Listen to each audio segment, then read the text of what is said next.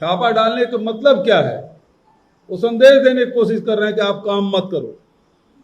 अरे ये party Congress party है जो अंग्रेजों से नहीं डरे, इनसे क्या डरेंगे हम? जितना जुल्म करना है कर ले, जनता देख रही है। नमस्कार दोस्तों, भारतीय जनता पार्टी का मकसद बिल्कुल साफ है, विपक्ष का पूरी तरह से सफाया। एक तरफ दोस्तों महाराष्ट्र के अंदर उद्धव ठाकरे से पार्टी का सिंबल ले लिया गया है और अब एकनाथ शिंदे ही असली शिवसेना है। दूसरी तरफ कांग्रेस की राष्ट्रीय कार्यकारिणी से ठीक पहले छत्तीसगढ़ के अंदर, जहां यह राष्ट्रीय कार्यकारिणी होनी है, भूपेश बघेल से जुड़े 14 ठिकानों और करीबियों पर रेड मारी है प्रवर्तन निदेशालय ने। ये दोनों खबरें साबित करती हैं कि साम दाम दंड भेद से बीजेपी सरकार विपक्ष का सफाया करना चाहती है। क्योंकि हम ये ना भूलें कि मुंबई में जल्द ही बीएमसी के चुनाव होने वाले हैं। अब अगर उद्धव ठाकरे की शिवसेना का वजूद ही खत्म हो जाएगा तो जाहिर सी बात है उन्हें वोट कौन देगा। दूसरी तरफ जैसे जैसे इस साल के अंत में हम मध्य प्रदेश, छत्तीसगढ़ और राजस्थान के चुनावों की तरफ बढ़ रहे हैं, वैसे वैसे बीजेपी जो है वो कांग्रेस पर अपनी दबिश डाल रही है। जैसा कि आप इंडिया टुडे की इस खबर को देख सकते हैं, 14 जगहों पर छत्तीसगढ़ में प्रवर्तन निदेशालय जो है वो रेड मार रहा है। क्या यह महज इत्तेफाक है कि अब से बस कुछ ही दिनों में छत्तीसगढ़ में कांग्रेस का अधिवेशन होने वाला है और उससे ठीक पहले कांग्रेस से जुड़े लोगों पर जो है वो रेड मारी जा रही है। और सिर्फ रेड नहीं मारी जा रही है दोस्तों, इंडिया टुडे के मुताबिक प्रवर्तन निदेशालय का कहना है कि प्रवर्तन निदेशालय को करीब 52 करोड़ रुपयों का पता चला है। आंकड़े पर निगाह डालिए, 52 करोड़ रुपयों का पता चला है। और कोल लेवी स्कैम से, यानी कि कोयले से जुड़े एक घोटाले से उस पैसे को वहां से कांग्रेस के खजाने में ट्रांसफर किया गया है, स्थानांतरित किया गया है।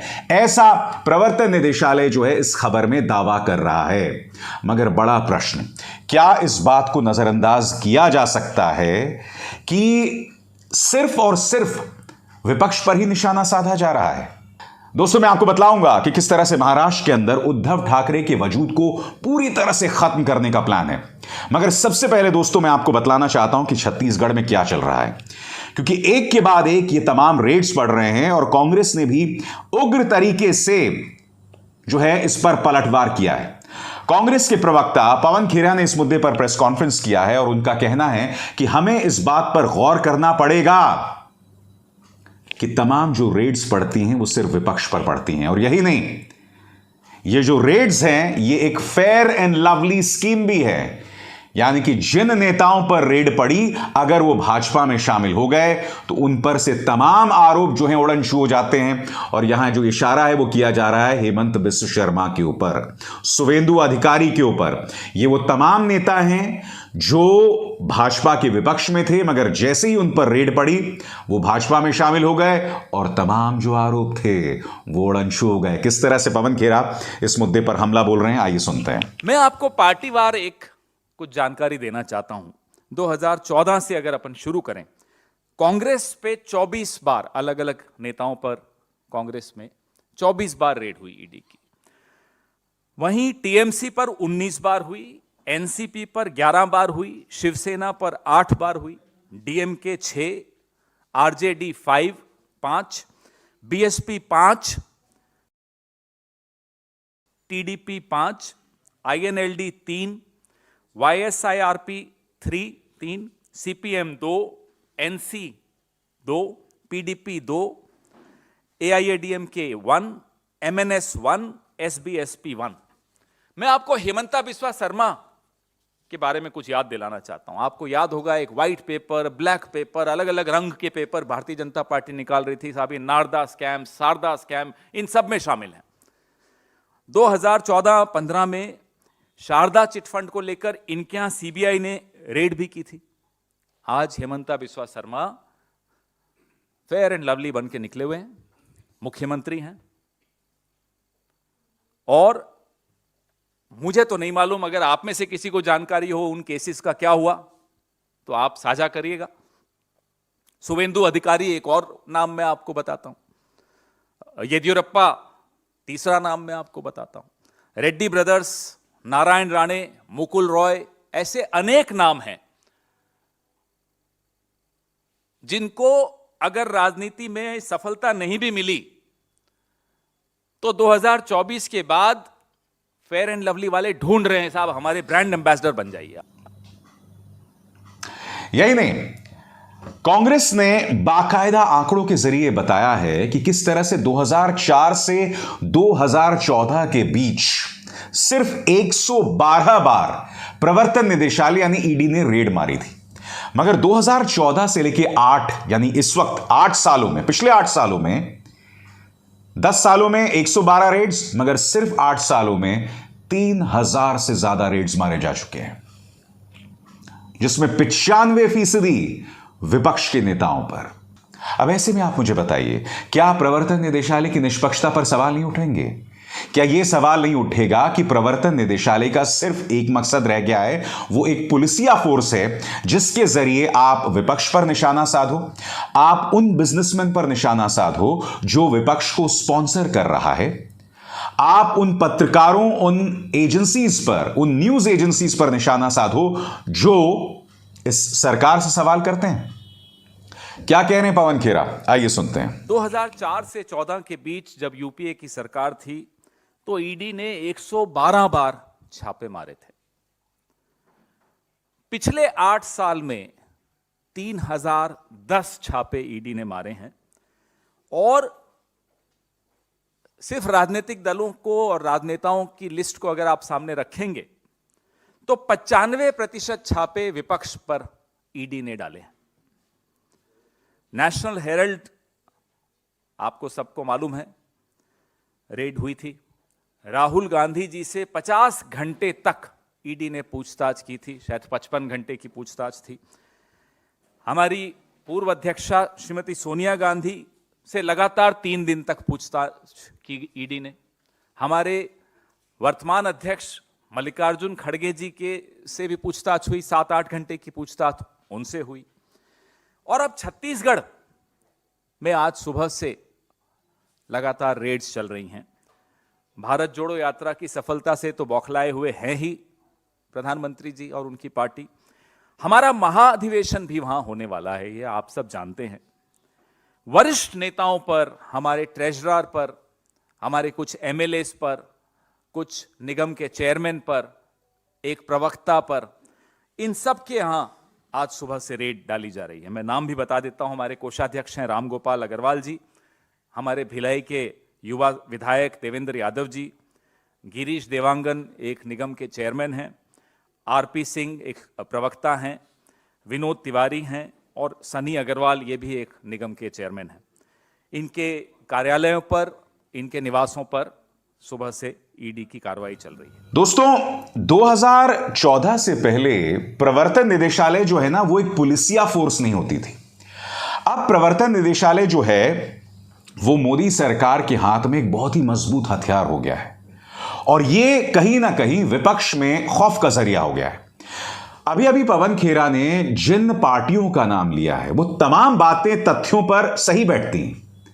देखिए, प्रवर्तन निदेशालय ने जिन लोगों पर रेड मारी है या जिन लोगों पर छापे मारे हैं, अगर आप उन चेहरों पर भी गौर करें तो आपको यह पता चलेगा कि इनमें से जो अधिकतर चेहरे हैं वो सब विपक्ष के नेता हैं। इनमें वो चेहरे हैं दोस्तों जो विपक्ष के अंदर अहम भूमिका निभाते हैं, चाहे आम आदमी पार्टी हो, चाहे एनसीपी हो, चाहे कांग्रेस हो। उन तमाम नेताओं पर आप निगाह डालें तो उसी में आपको दिखाई देता है। मैं जानता हूं सत्ता पक्ष बीजेपी कहती है कि भाई अगर आपने गलत नहीं किया तो डरने की क्या बात है, मगर बड़ा प्रश्न ये कि ईडी ने अब तक जितनी भी रेड्स मारी हैं, क्या निकला है उसमें, मुझे बताइए ना। कोई ऐसी बहुत बड़ी बात सामने उभर कर आई है? यह सीधा और सरल सवाल है। और सबसे बड़ा सवाल कि जिन नेताओं पर गंभीर आरोप थे, जब उन नेताओं ने पार्टी बदली तो प्रवर्तन निदेशालय उन पर ढीला कैसे हो जाता है? क्या आप जानते हैं कि एकनाथ शिंदे के कम से कम 12 ऐसे विधायक थे जिन्हें ईडी परेशान कर रही थी। वो जैसे ही एकनाथ शिंदे के साथ बीजेपी में शामिल हो गए, तमाम आरोप उड़न छू। तो जैसा कि आपने देखा, महाराष्ट्र के अंदर तो सरकार ही ईडी की कृपा से बन गई, ईडी की कृपा से, पैसे की कृपा से, इनकम टैक्स की कृपा से। अब भाजपा एक कदम और आगे गई है चुनाव आयोग की मदद से। जैसा कि आप जानते हैं कि चुनाव आयोग ने एक फैसला सुनाया है। उस फैसले के मुताबिक असली शिवसेना जो है वो एकनाथ शिंदे की है। दूसरी बात उन्होंने ये कही है कि जो शिवसेना का चुनावी चिन्ह था वो भी एकनाथ शिंदे का हो गया। किस आधार पर? कि अधिकतर विधायक और अधिकतर सांसद जो हैं वो एकनाथ शिंदे के साथ हैं। अभी कुछ देर पहले मैंने आपको क्या बताया, कई विधायकों, कई सांसदों में ईडी का डर था। कई विधायक एकनाथ शिंदे के साथ जो हैं वो कहते हैं कम से कम आजकल हम रात को चैन की नींद सो पाते हैं कि कल सुबह ईडी हमारे घर में दस्तक नहीं देगा, प्रवर्तन निदेशालय हमारे घर में दस्तक नहीं देगा। तो जब इस डर से एकनाथ शिंदे के साथ विधायक शामिल हो गए, जब इस डर से अधिकतर सांसद एकनाथ शिंदे के साथ हैं, तो मुझे बतलाने की कृपा करें, ऐसे में अगर चुनाव आयोग ने इस बिना पर एकनाथ शिंदे के पक्ष में फैसला डाला है कि भाई अधिकतर विधायक और अधिकतर सांसद जो हैं वो एकनाथ शिंदे के साथ हैं, इसलिए वो असली शिवसेना है, तो क्या चुनाव आयोग का यह फैसला जायज है? क्योंकि देखिए, डर के चलते, खौफ के चलते अधिकतर विधायक, अधिकतर सांसद जो हैं वो एकनाथ शिंदे को अपना समर्थन दे रहे हैं। तो इसलिए चुनाव आयोग के फैसले पर सवालिया निशान लग गया है और यही वजह है कि उद्धव ठाकरे सुप्रीम कोर्ट गए हैं। कल सुप्रीम कोर्ट में यह मामला आने वाला है। उन्होंने अपनी याचिका में क्या कहा है मैं आपको बस कुछ ही देर में बताने वाला हूं, मगर आपको इस बात पर गौर करना पड़ेगा कि जब चुनाव आयोग ये फैसला करता है कि असल में किसकी है पार्टी या किसका चुनाव चिन्ह है, तो उसमें एक बहुत अहम किरदार निभाता है संगठन, यानी कि संगठन शक्ति किसके पास है। क्या आप जानते हैं कि चुनाव आयोग ने अपना फैसला सुनाते हुए इस मुद्दे को पूरी तरह से खारिज कर दिया था। यही वजह है कि उद्धव ठाकरे कह रहे हैं कि जब चुनाव आयोग ने यह फैसला सुनाया तो उन्होंने हमारी किसी बात को नहीं माना।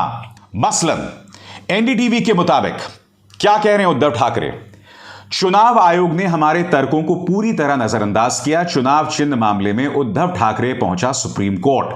महाराष्ट्र की सियासत में पिछले दिनों खींचतान का जो दौर शुरू हुआ वो अब तक खत्म नहीं होता दिख रहा है।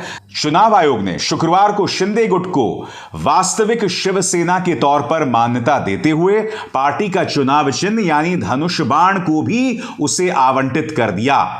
अब इसी मुद्दे को लेकर जो है उद्धव ठाकरे सुप्रीम कोर्ट पहुंचे हैं। इस मुद्दे को लेकर मंगलवार को सुनवाई होनी है, मगर अपनी याचिका में वो क्या कह रहे हैं मैं आपको पढ़ के सुनाना चाहता हूं। चुनाव आयोग के फैसले के खिलाफ सुप्रीम कोर्ट पहुंचे उद्धव ठाकरे गुट ने कहा है कि चुनाव आयोग ने हमारे तर्कों को पूरी तरह नजरअंदाज किया। इस मामले में सुप्रीम कोर्ट से जल्द सुनवाई की मांग की गई। याचिका में कहा गया है इस मुद्दे को तय करने के लिए चुनाव आयोग द्वारा गलत मापदंड अपनाए गए। उद्धव ठाकरे ग्रुप आगे क्या कहता है, ध्यान से सुनिए। उद्धव ठाकरे गुट की याचिका में कहा गया है कि चुनाव आयोग ने 1999 के संविधान पर विचार किया, जबकि 2018 का संशोधित संविधान लागू था। उन्हें 2018 के संविधान को रिकॉर्ड पर रखने के लिए अधिक समय नहीं दिया गया। आगे वो क्या कहते हैं, गौर से सुनिए। 2018 के संशोधित संविधान के मुताबिक शिवसेना प्रमुख पार्टी में सर्वोच्च प्राधिकारी होंगे जो किसी भी पद पर नियुक्तियों को रोक सकते हैं, हटा सकते हैं या रद्द कर सकते हैं और जिनके निर्णय सभी पार्टी मामलों पर अंतिम हैं। लेकिन 1999 के संविधान के अनुसार पार्टी प्रमुख के पास खुद से पदाधिकारियों को मनोनीत करने की शक्ति नहीं थी। यही मुद्दा उठा रहे हैं उद्धव ठाकरे कि चुनाव आयोग ने जो फैसला लिया है वो 1999 के शिवसेना के संविधान के मद्देनजर फैसला लिया है। उन्होंने 2018 का जो संविधान था उसे पूरी तरह से खारिज कर दिया है।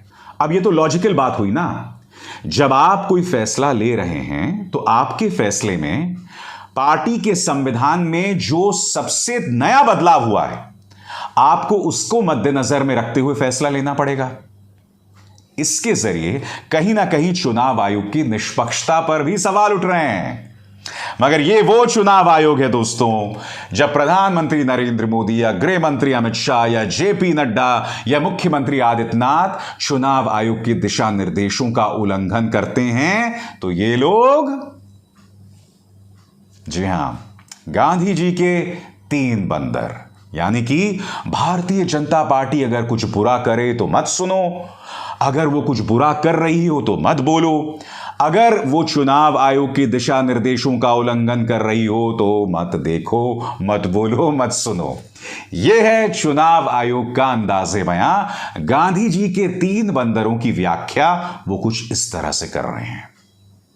इसलिए मैंने कहा कि चुनाव आयोग का फैसला हो, उसकी निष्पक्षता पर सवाल उठ रहे हैं, नंबर 1। नंबर 2, बीजेपी किसी भी कीमत पर विपक्ष को खत्म करना चाहती है। अभिसार शर्मा को दीजिए इजाजत। नमस्कार। स्वतंत्र और आजाद पत्रकारिता का समर्थन कीजिए, सच में मेरा साथी बनिए। बहुत आसान है दोस्तों, इस ज्वाइन बटन को दबाइए और आपके सामने आएंगे ये 3 विकल्प, इनमें से एक चुनिए और सच के इस सफर में मेरा साथी बनिए।